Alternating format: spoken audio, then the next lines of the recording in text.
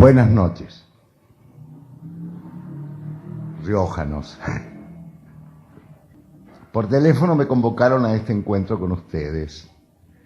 La exagerada y latinoamericana imaginación de los jóvenes estudiantes de historia dijeron 500 años de la conquista de América. Y yo me vine a enterar cuando bajé del avión que tenía que hablar de los 500 años. Tienen tiempo, ¿no?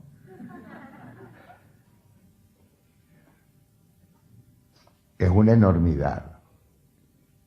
Si hubiera sabido que de esto se iba a tratar, hubiera traído algún material documental para afirmar los dichos o refrescar la memoria. De modo que vamos a establecer un diálogo. Yo voy a plantear algunas cosas, algunas reflexiones sobre lo que fue la conquista de América, más aún cuando estamos a solo 2 años de que se cumplan los 500 años de aquel hecho. Celebrar. ¿Quién va a celebrar? Nosotros, con respecto a eso, la etnia americana no tiene nada que celebrar. Toda conquista es un genocidio. Vamos a hablar de un genocidio, entonces. Y vamos a hurgar en la nuca de este acontecimiento, y en la parte de atrás, en las espaldas de una España medieval, tal vez la parte más atrasada en el desarrollo cualitativo y cuantitativo de Europa. No es que llegaron con el propósito de descubrir nuevas tierras. Todos sabemos, y los estudiantes de historia expresamente, que no venía para acá. No venía esta empresa por acá. Esta empresa iba a Indias.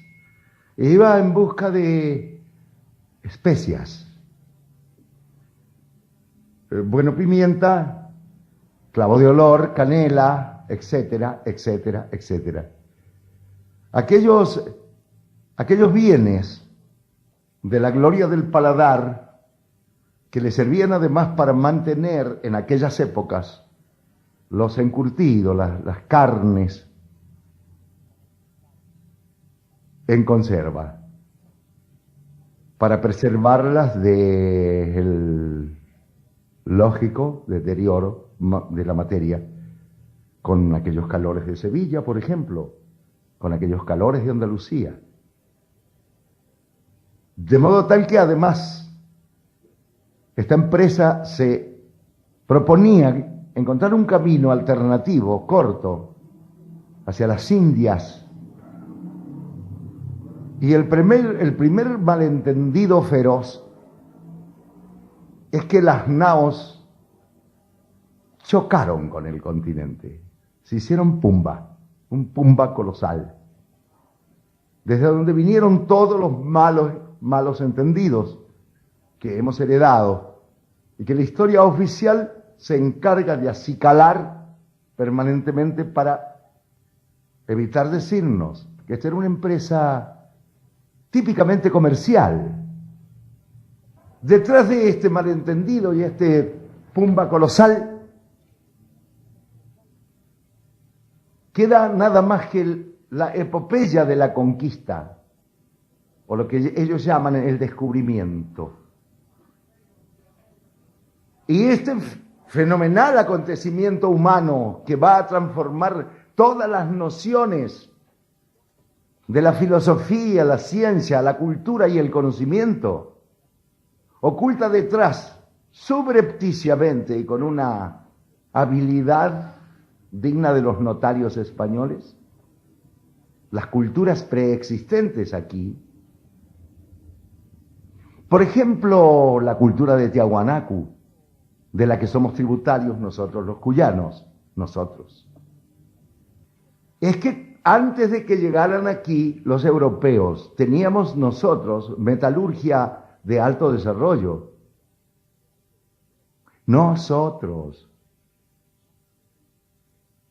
conocíamos la fundición del hierro, la aleación y la fundición del oro, del cobre, del estaño, mucho antes.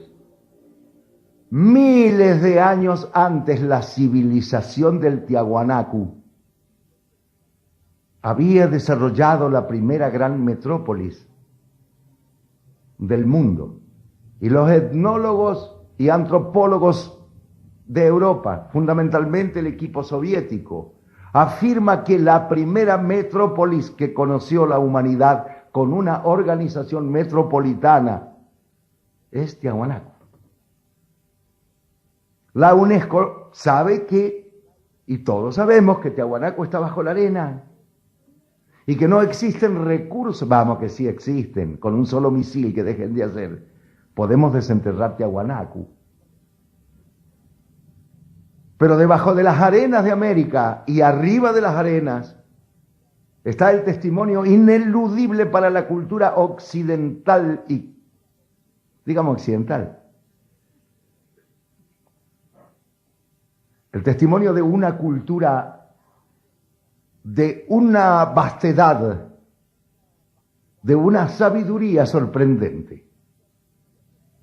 Hemos visto nosotros en México el sistema de ciudades de la península de Yucatán.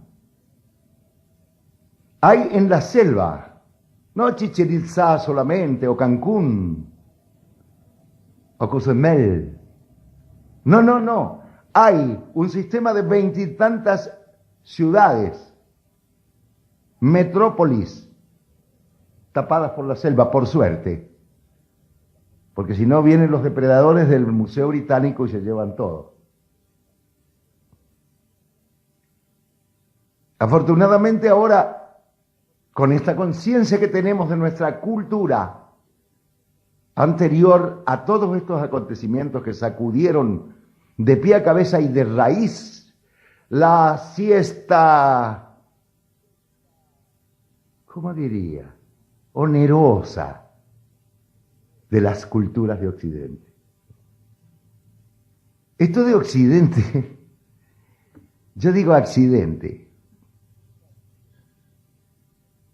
Se me ocurre travesear con que ese mundo no es occidental y cristiano, sino accidental y cretino. Porque ha ocultado a los ojos de la humanidad hechos tan portentosos como la cultura maya, como la cultura mexica, tolteca, azteca, como los conocimientos astronómicos de los sabios mayas. El calendario maya se puede equivocar en 2 segundos en el siglo 3000. Un saludo para Citizen y todos los japoneses. Tienen la posibilidad de cometer un error. El calendario maya. He visto en Chichén Itzá descender la serpiente emplumada para el equinoccio de septiembre. Desciende desde lo que llaman allí el castillo. Bueno, esa es una palabra occidental. De estos más desentendidos se nutre todo este fárrago de inexactitudes, de despistes cultural, de alteración cultural, de despojo cultural, de mala conciencia cultural, con la que Europa ha tratado de tapar el rabo de sus depredaciones. En este continente, y no solo en este, en África también. Acá, en África, todos tiraron piedra y escondieron la mano. Vinieron llegando portugueses, franceses, los que eran siempre tan sutiles fueron los británicos. Sir Milton Drake esperaba las naves atiborradas de oro en el medio del mar. Los asaltaba y se llevaban el oro. Y los pobres gallegos se llenaban de mugre hasta 100 generaciones. De depredaciones y de genocidios sin par, sin cuento. Frente a semejantes culturas, tan impresionantes como la cultura incásica, el imperio incásico. No digo que nosotros no teníamos nuestros lunarcitos, ya estábamos bastante podriditos con el sistema del comunismo primitivo de los incas. Dividíamos por 3 partes, primero era por 2, ¿no es cierto? Una era para el incario y la otra para los ayllus, comunidades, ellos dicen tribus. Todo está pasado al otro idioma. Nunca fuimos tribus, fuimos comunidades organizadas, se llamaba Ayllus. Y desde el Ecuador hasta La Rioja y Catamarca, estábamos organizados con un sistema social que ha creado muchas polémicas en el mundo. Pero sepan ustedes que bajo este sol inmenso del sur de América, ni un solo hombre, mujer o niño padecía hambre, desamparo y soledad. Este sistema que había sido justo y que había permitido la expansión y el desarrollo en latitudes tan inmensas e inconmensurables como son desde Ecuador hasta aquí, donde estamos sentados. Y donde la cultura se transmitía de tambo en tambo, de gasta en gasta, de ayllu en ayllu, sin excepción. La civilización del riego que nosotros hemos desarrollado hasta este punto en el que estamos, lo que se llama el riego artificial, el sistema hidráulico de todas las provincias de Cuyo y de México, por Dios, Santiago, Chile. El florecimiento de la agricultura. Se enriquece Europa no solo de este acontecimiento, ocultan el hecho cultural del desarrollo de la arquitectura en América precolombina. Bernal Díaz del Castillo describe la entrada de Cortés a México. Deslumbrado. No había una sola ciudad europea ni asiática con tal desarrollo urbanístico. No existía en el mundo. Tengo mal un dato, si lo tengo, corríjanme. Creo que Europa por entonces tenía 35 millones de habitantes. América tenía 70 millones de habitantes. Digo, toda América. Me estoy refiriendo desde los Sioux hasta los riojanos, con distinto grado de desarrollo cultural. Pues entonces, ante 500 años de estos malos entendidos, teniendo y siendo parte de dos sangres, por lo que fuere que tenemos dos sangres, el problema es la identidad. El problema es reconocernos en el pro y el no, en la luz y la sombra de lo que somos. Cuesta mucho ir sacando, como en una cebolla, tela por tela, toda la transculturización, la alteración cultural, la desvalorización cultural del hombre y la mujer de América, hasta ir a encontrar el meollo, el carozo de nuestra identidad. Estas son las cosas que nos llevan a pensar por qué hemos sido disminuidos, jibarizados, achicados al punto de tener que aceptar todo lo que Europa elaboró con sus planes buenos o malos, con buena o mala intención, hacia este mundo que nunca comprendieron. Cuando vaya a los foros, que seguramente voy a ir porque a uno lo llevan a hablar de estas macanas por ahí, voy a ir a preguntarle a los europeos cuándo nos van a entender. ¿En qué momento se van a dejar de prohijar su propia contradicción y comerse entre ellos? Para dar vuelta a la cabeza y ver que aquí hay un universo en movimiento también, y que es hijo de una cultura milenaria, que no se agota en los folios y los infolios de ellos, que es anterior y está en los códices de los mayas, y que es portentosa en su significado, en su grandeza y en su futuro, que somos nosotros. A los 500 años no va a haber un fray Bartolomé de las Casas que venga con humildad a este continente a admitir, no ya su culpa, que no nos importa, a admitir la existencia de un mundo, de un cosmos gigantesco de 300 millones de hijos que hablan su lengua y que se han nutrido de su cultura y de su sangre, y admitan que tienen que ponerse al lado de estos hijos irredentos, de estos guachos que dejaron en medio de las arenas, de los desiertos, de las quebradas, de las selvas, con una impunidad que clama al cielo, si es que es cierto que creen en el cielo. 500 años de qué? ¿Qué es lo que vamos en realidad a celebrar y quiénes lo van a celebrar? Es tan mañosa la manera de tratarnos que el 12 de octubre Irigoyen firmó el decreto del Día de la Raza. ¿De la raza de quién? ¿De qué raza en un país multirracial?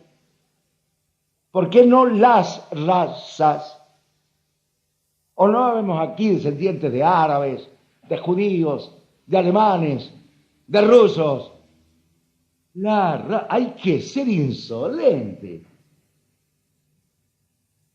Y esto lo firma el presidente Irigoyen. Bueno, también firmó la huelga de Bacena, la represión y el genocidio de la Patagonia, ¿no es cierto? Pero bueno, son hechos políticos nuestros, nos los comemos nosotros. Pero eso del Día de la Raza, ¿cuál? Si es por raza, nosotros podríamos haber hablado con el Vasco Irigoyen, ¿no? Haberlo sentado en un sillón y decir, mire mi viejo, escúcheme a propósito de raza. Y estaría más claro, pero no está claro. Se sigue alimentando el malentendido. Y a los 500 años van a hacer celebraciones y han salido las 3 naos que llegaron, vino un viento y se tuvieron que refugiar ahí en un puerto. Porque fíjate, a esta altura de los acontecimientos parece que las hicieron como las naos. Pero es decir que, ¿verdad? Hubo una tormenta y tuvieron que quedarse allí y por allá. No creo que insistan con las naos, no vaya a ser que se mueran. Que se vengan en avión, si total es de ellos la aerolínea ahora.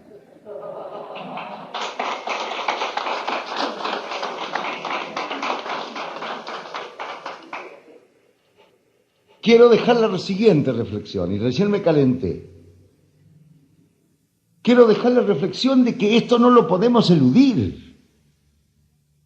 Este es un hecho cultural de una gravedad enorme. Y que no más que escuchar un poema, por ejemplo, de Héctor David Gatica, para darnos cuenta que poseemos un lenguaje que ya no es español, que es americano. Que el asombro que les produce nuestra literatura allí, que los despatarra todo, es que leen y si no entienden nada, no se enteran, como dicen ellos, de los escritores indomesticados, como ser, por ejemplo, Juan Rulfo, mi hermano Héctor David. Pero es más grave, a Héctor David no lo entienden en Buenos Aires. ¿Para qué te vas a ir tan lejos? A Ariel Ferraro lo entendieron porque ya les daba vergüenza seguir silenciándolo. Todavía no asumen a Ramponi, a Jorge Ramponi, el autor de La Piedra Infinita. Y cuando se comieron a Neruda, se lo comieron porque Neruda venía promocionado de Europa para acá. Y cuando se comieron a Vallejo es porque murió en París, ¿saben? Con aguacero, además, como él dice en el poema. Y porque lo que le sucede a ellos es lo único que sucede, ¿comprenden? Cuando Bartolomé de las Casas habla de la cultura, dice, la cultura consiste en el reconocimiento del otro, del distinto, del diferente. ¿Qué hace el inculto y el bárbaro? Saca el revólver cuando ve a otro distinto.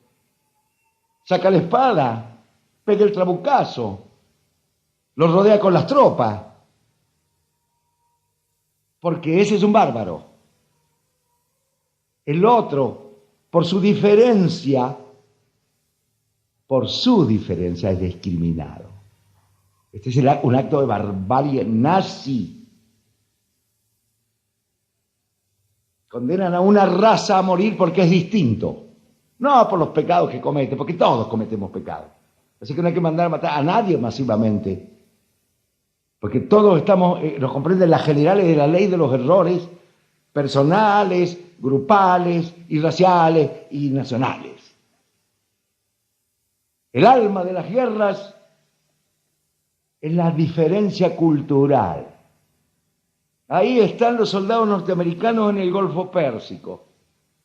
No, les han dado un manual de instrucciones para que respeten las costumbres de los árabes, que son diametralmente opuestas a las de la cultura norteamericana.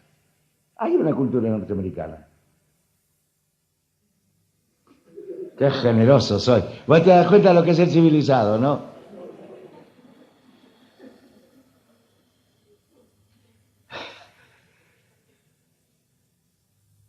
El tema entonces que yo les dejo planteado y sobre el que quisiera que conversáramos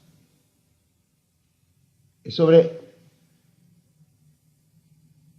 cuál es nuestro papel, cuál será nuestra actitud, nuestra toma de conciencia, nuestra absolución de posiciones, nuestro reconocimiento de la sangre, del puñado o gotas de sangre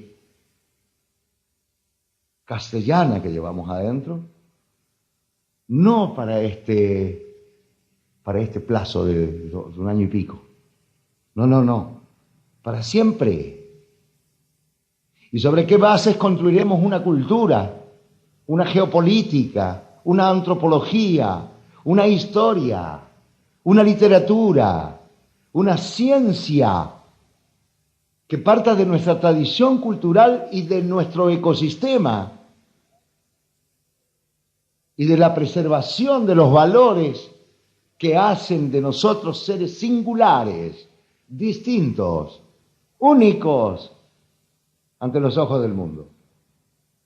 ¿Cuándo vamos a asumirnos?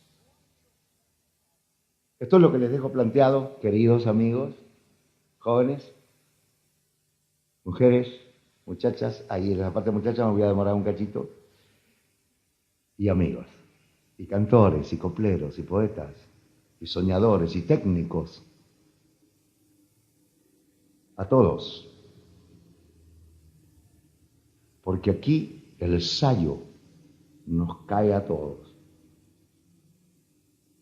Y nadie va a poder decir, yo no me lo puse porque no me enteré. Hay una cultura que amamos, de la que somos tributarios. Hay un idioma que lo transformamos permanentemente mientras escribimos y mientras hablamos. Hay un acento absolutamente singular de toda esa cultura que hemos transformado y asimilado, que la estamos realizando y reconstruyendo y ampliándola permanentemente en la plástica, en la música, en todas las disciplinas de la creación. Somos tributarios.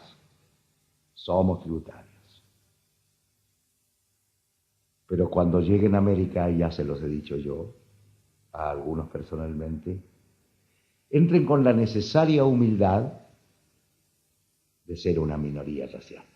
Nada más.